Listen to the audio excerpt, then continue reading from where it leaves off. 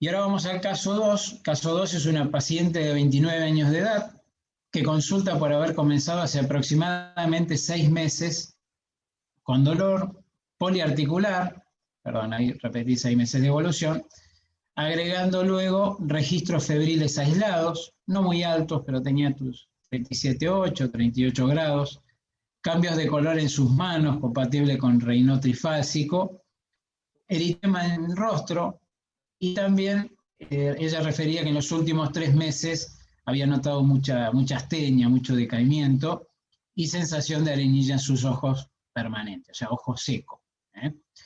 Como antecedentes personales, refería una pérdida de embarazo en el segundo trimestre, operada de amígdalas a los 11 años de edad y una fractura traumática del brazo derecho a los 19 años. Antecedentes familiares, su hermana con tiroiditis de Hashimoto y una tía materna con una esclerodermia.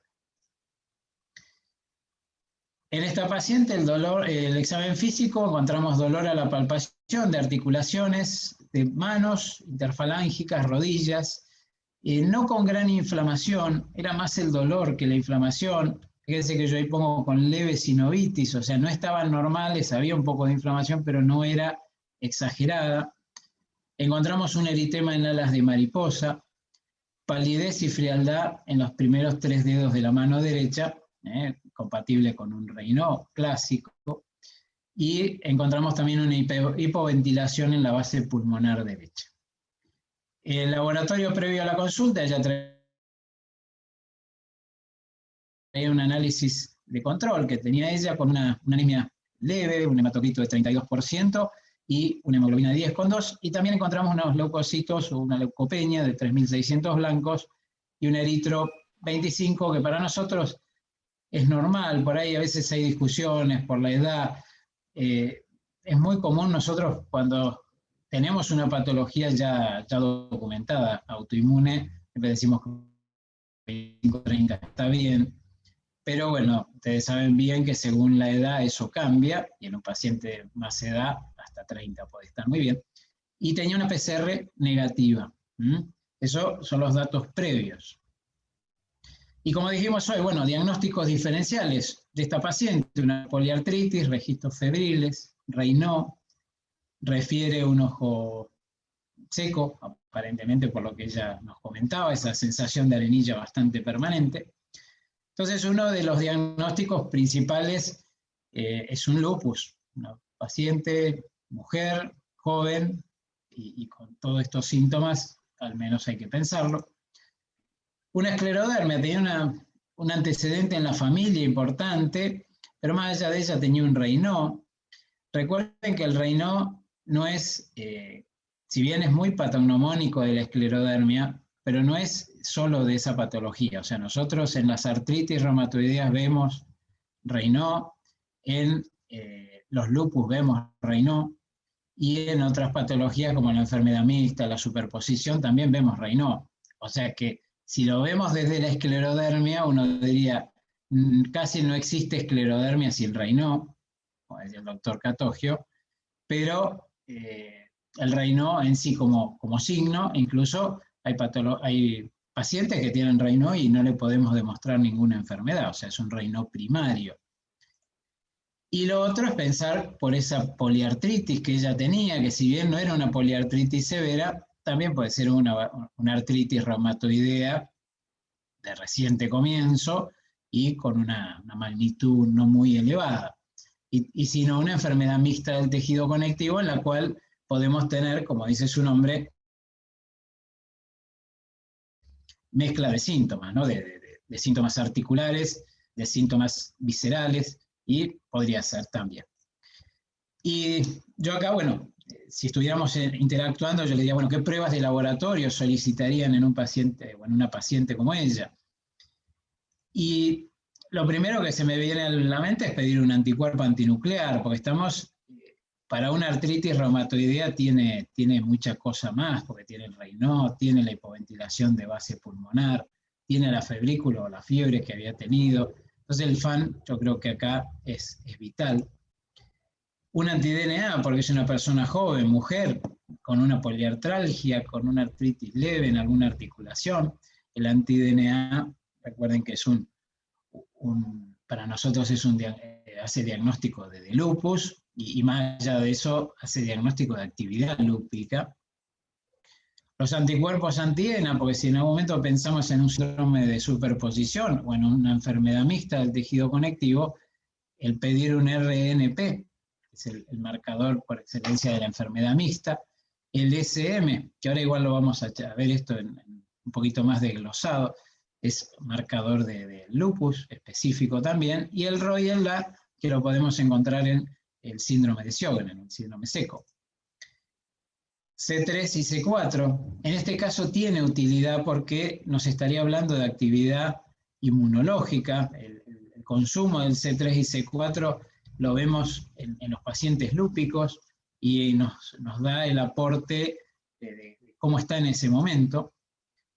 Factor reumatoideo porque, sea como sea, tenía una poliartralgia y alguna artritis también. Y una proteinuria de 24 horas para ver la función renal, ver si, más allá de la función renal general, ¿no?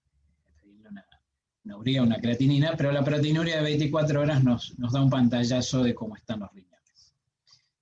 En una segunda etapa, no en un primer pedido, uno podría pedir un esclero 70, pensando en una esclerodermia o un anticentrómero, o los anticuerpos antihistona, pensando si esta paciente estuviera tomando, por ejemplo, anticonceptivos, podríamos pensar en un lupus inducido, si es que así fuera. También hay un lupus que se llama lupus light, que bueno, también es inducido, y entonces el antihistona ahí tendría función. Algunas veces los laboratorios, si el FAN da negativo, los anti-ENA a veces no los informan, y tiene su sentido, porque en realidad, si el FAN es negativo, probablemente los antihistona deberían ser negativos. Y acá vemos lo que nos dio con esta paciente. El FAN nos dio 1 en 640 homogéneo, ¿sí? Nosotros el valor de corte, si bien es 1 en 80, por supuesto cuanto más positivo tiene más peso, diríamos esto.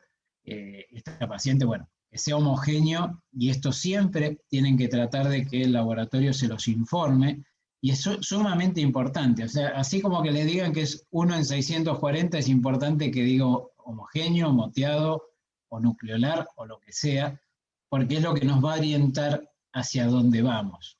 En el caso de un homogéneo, es bastante característico del lupus eritematoso sistémico. El anti-DNA nos dio 123, que eso es un valor, como dice acá, yo le puse las referencias, es un valor claramente positivo, o sea que esto ya nos orienta al lupus, el DNA ya nos está haciendo el diagnóstico del lupus. Dentro de los anti-ENAs, todos dieron negativo, salvo el SM, que sí también dio positivo, y el complemento, tanto el C3 como el C4, nos dio bajo, por lo cual nos habla de que no solo es un lupus, sino que está con actividad lúpica. El factor reumatoideo dio negativo. Si hubiera dado positivo, tampoco hubiera invalidado que el diagnóstico sea un lupus, pero bueno, podríamos pensar en una enfermedad mixta o en una superposición, pero bueno, no fue este el caso. La proteinuria estaba bien, por suerte.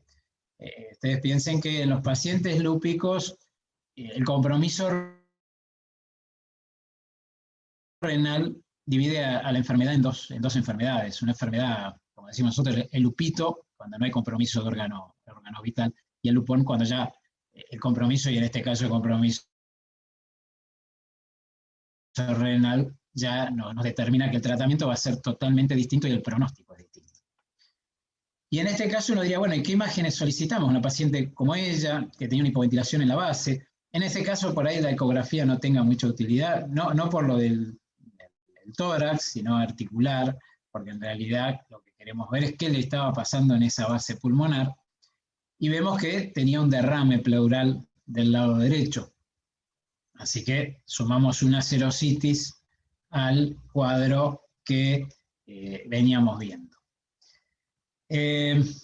Los criterios del lupus son los más nuevos, son los del 2020, que esto también se unieron en el colegio americano con el europeo, y crearon estos criterios de clasificación. Recuerden que no son criterios de diagnóstico, pero bueno, sirve para unificar criterios, y en esta paciente lo primero que pide es que uno de los criterios que son inequívocos tiene que ser el FAN positivo mayor a 1,80, que esta paciente lo tenía, la fiebre, porque tiene que sumar más de 10 puntos del resto, aparte del FAN o del ANA, y ella tenía artritis, tenía fiebre, tenía el lupus cutáneo agudo en el rostro, en alas de mariposa, el derrame pleural, la leucopenia, complemento bajo, tanto C3 y C4 bajos, y los anticuerpos de alta especificidad, como es el DNA y el SMIT, que son positivos en esta paciente. O sea que acá no hay duda de lo que estamos viendo, es un lupus con todas las letras. Hacemos un raconto rápido del laboratorio antes de ir a la terapéutica de este paciente, y esto es lo que decía hoy yo, que siempre el pedido no tiene que ser una sábana de anticuerpos o una sábana más allá del costo que eso genera, sino que después no sabemos qué encontramos. A veces nos ha pasado que alguien pide, y me ha pasado recibir 16 hojas de un laboratorio de inmunológico y de virus y de lo que sea, y después cuando da positivo nadie sabe interpretarlo, puede decir, ¿por qué se pidió? Y no se sabe. Entonces uno tiene que intentar que ese laboratorio a nosotros nos cambie la conducta o nos confirme una conducta. Entonces es muy importante para optimizar los recursos y poder interpretar lo que estamos viendo, saber lo que estamos pidiendo, saber lo que queremos ver.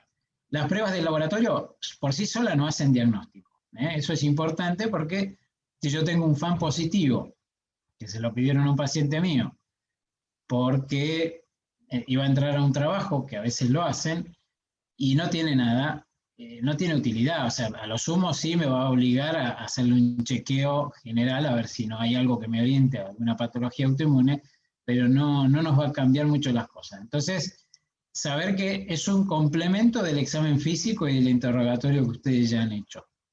Saber que hay falsos positivos y negativos, eso en medicina ocurre y siempre, así que eso tengo que aclararles demasiado. Y tener en cuenta los valores de corte. A veces los valores de corte cambian de un laboratorio a otro. Nos pasa a veces incluso con el ácido úrico. Hay laboratorios que más de 6 es alto y otros que son más de 7. En su momento en el hospital usaron un kit que era más de 9. Entonces es muy importante ir a mirar los valores de corte y el método que se ha usado, ¿sí? Los anticuerpos, los FAN, diríamos, o anticuerpos antinucleares, como ustedes saben, tienen algunos patrones ya específicos, como puede ser el patrón homogéneo, periférico, el moteado, el nucleolar, y cada uno de esos es importante por dónde vamos. O sea, el moteado grueso nos va a orientar hacia la enfermedad mixta, el periférico al lupus, igual que el homogéneo, ¿sí? Pero también puede aparecer en las hepatitis crónicas activas, autoinmunes, ¿no? El nucleolar de esclerodermia, el centromérico en la variedad CRES de esclerodermia, el moteado fino. O sea, por eso es importante que nos informen el patrón y el valor del FAN. Acá está la especificidad, en este caso de los ENA o los anticuerpos extraíbles del núcleo, en el cual en ellos son todos estos los que están. Habitualmente nosotros pedimos estos 4 primeros que vienen en el kit, pero también se puede pedir el HO, el antihistona, si creemos en una patología que puede estar inducida. Y bueno, y ahí como ven lo que habíamos charlado un poquito hoy. Bueno, los anticuerpos específicos de actividad de la enfermedad, el anti-DNA, que yo hice los nombré, pero normalmente nos marca mucho la actividad renal, el sistema nervioso y si hay algún componente vasculítico. El SM también nos alertaría sobre una posibilidad de compromiso nefrológico y de neurología. Y el ROILA, sobre todo, que vamos más al síndrome seco, un bloqueo cardíaco en el lupus neonatal, y el RNP porque se asocia con artritis y puede haber incluso alguna miositis pensando en una enfermedad mixta. Bueno, esto es la lista de los fármacos que pueden inducir un lupus light o un lupus inducido. Es una lista prolongada, pero bueno, los más comunes son los anticonvulsivantes, los anticonceptivos, algunos diuréticos y medicación también para el Parkinson. El tratamiento del lupus, lo mismo, vamos a hacer algo muy, muy concreto. La educación del paciente, el paciente tiene que saber qué puede hacer, qué no, si se puede exponer o no, sobre todo al sol. El cumplimiento del tratamiento es sumamente importante. Tiene que entender que sin tratamiento el lupus probablemente tenga un pronóstico o una evolución que no es buena. El tratamiento sintomático, en el caso de esta paciente, por ahí la parte articular con antiinflamatorios puede andar bien. Y los tratamientos inmunomoduladores o inmunosupresores, que eso va a depender del compromiso que nosotros estemos viendo. Por ejemplo, la hidroxicloroquina hoy en día se toma como un tratamiento de base en todo paciente con lupus por todos los beneficios que tiene, y el uso de corticoides a dosis bajas en los casos que no son graves, pero después en aquellos pacientes en los cuales hay compromiso de órgano vital, como podría ser una nefritis lúpica o del sistema nervioso central, ya ahí tenemos que pensar en los pulsos de corticoide, en el uso de ciclofosfamida, azatioprina, y también se puede utilizar el metotrexato incluso cuando hay más compromiso articular. Y en casos ya más específicos podemos llegar a necesitar o utilizar el rituximab, que es un anti-CD20, y el belimumab, que se utiliza en aquellos pacientes con una actividad moderada.